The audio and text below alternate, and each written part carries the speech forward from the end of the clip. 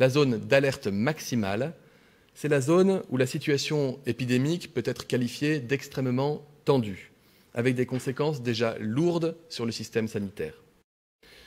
Si cette dernière zone d'alerte devait être dépassée, nous n'aurions pas d'autre choix que de déclencher l'état d'urgence sanitaire dans les territoires concernés. Nous ferons et nous faisons tout pour l'éviter, et j'y reviendrai.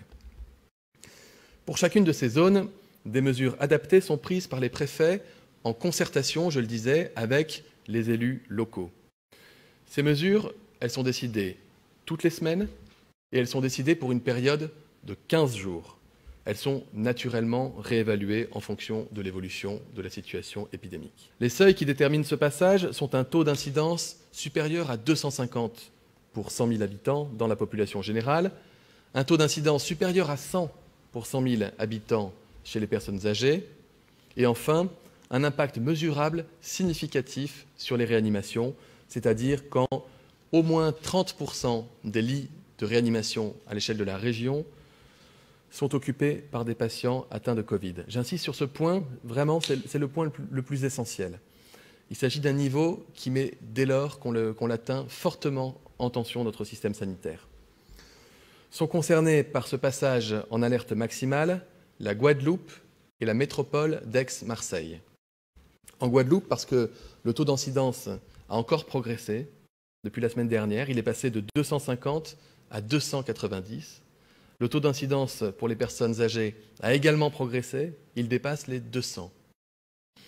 À Marseille, certains diront, n'y a-t-il pas un paradoxe, puisque on peut constater un frémissement s'agissant de la courbe d'incidence et d'un certain nombre d'indicateurs depuis quelques jours.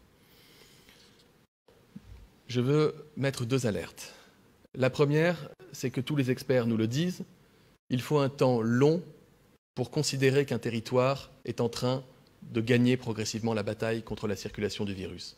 3-4 jours de stabilisation affichés ne suffisent pas à considérer qu'on est véritablement sur la bonne voie. On peut évidemment l'espérer.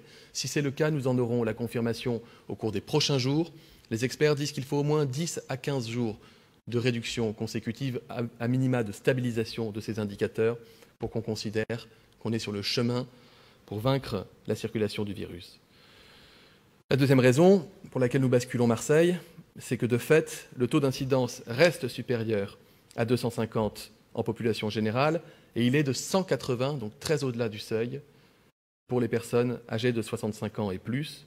Et par ailleurs, le taux d'occupation des réanimations est supérieur à 30% pour les seuls patients Covid. Sur la seule journée d'hier, 20 patients ont été hospitalisés pour des formes graves de Covid-19.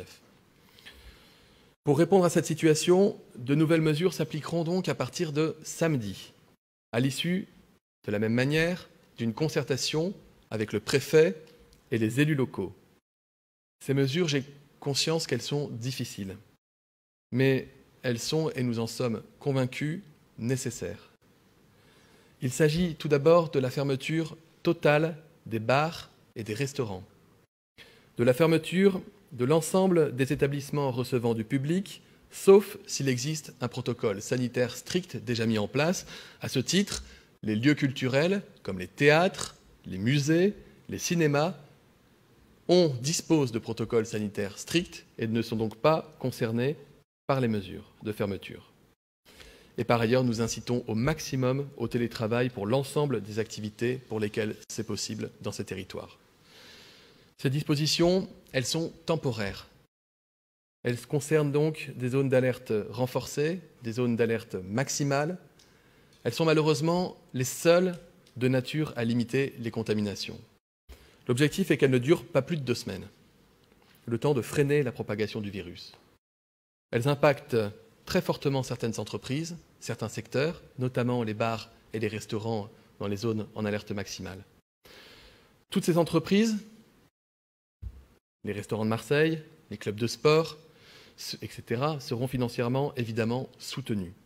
L'ensemble des dispositifs qui ont été mis en place au moment du confinement leur seront de nouveau ouverts. Fonds de solidarité, quel que soit le secteur d'activité, exonération des cotisations sociales, activité partielle sans reste à charge pour l'employeur, Le ministre de l'économie et de la relance, Bruno Le Maire, aura l'occasion d'y revenir très prochainement.